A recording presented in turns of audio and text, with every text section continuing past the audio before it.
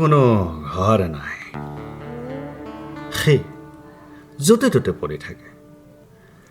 মাটিত পানীত বালিত পাহাৰত গছত ফুলত চৰাইৰ বাঁহত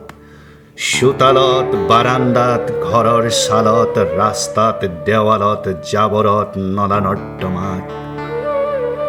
য'তে ত'তে পৰি থাকে ৰ'দ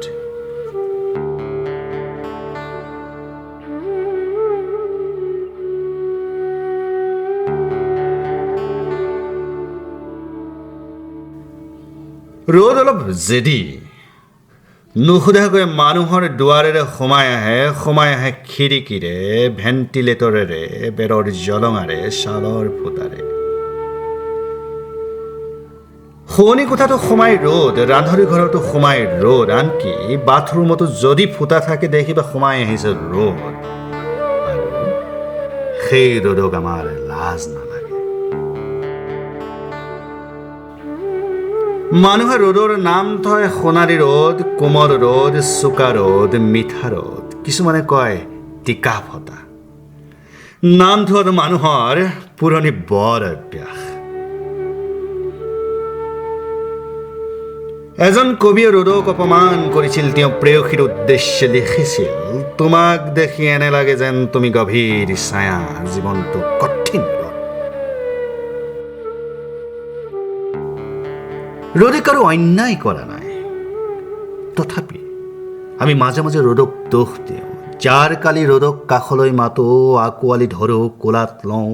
আৰু জহকালি ৰ'দক খেদো ছাতি লওঁ কলা চশমা পিন্ধো গালি দিওঁ ৰ'দ কি আমাৰ দাস যেতিয়া ইচ্ছা মৰম কৰিম যেতিয়া ইচ্ছা গালি দিম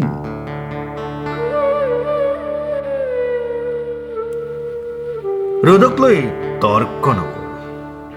ৰ'দ নিজেই অঘৰী কি জানো ৰ'দ এক অবোধ শিশু সেইদিনা দেখিলো 10 মহলীয়া এটা ঘৰৰ ওপৰত কেইজনমান মানুহে তাক ধৰিছে আৰু উতলাব দিছে পানী মানুহৰ গা ধোৱা পানী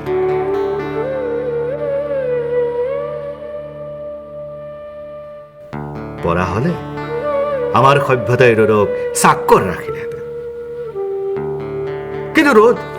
স্বাধীন চিতিয়া নিৰ্বিকাৰ অঘৰী ৰ'দক লৈ তৰ্ক নকৰো ৰ'দ ভালে থাকক কিজানি ৰ'দ এক শক্তিশালী পুৰুষ এই চহৰৰ এগৰাকী নাৰীয়ে ৰ'দক ভাল পায় তেওঁ ৰ'দৰ বাবে চকীবোৰ পাৰি থয় খিৰিকীৰে আহি ৰ'দ বহি থাকে তেওঁৰ চকীবোৰত ৰ'দ যলৈকে যায় চকীবোৰ তেওঁ তালৈকে তুলি লৈ যায় তেওঁ ল'ৰাটোৰ নাম ৰাখিছে ৰ'দ ছোৱালীজনীৰ নাম ৰাখিছে ৰ'দালী কেৱল সেই নাৰীৰ বাবে ৰ'দ নাহে পৃথিৱীলৈ ৰ'দ আহে সকলোৰে বাবে ৰ'দে হাত মেলি দিয়ে মানুহৰ পিনে মানুহৰ ছালৰ মাজেৰে মাংস আৰু হাড়ৰ মাজেৰে ৰ'দ সৰকি যাব খোজে মানুহৰ হৃদয়লৈ পাহাৰ তুমি অলপ হাউলি দিয়াচোন ৰ'দ আহক ৰ'দ আহক ৰ'দ আহক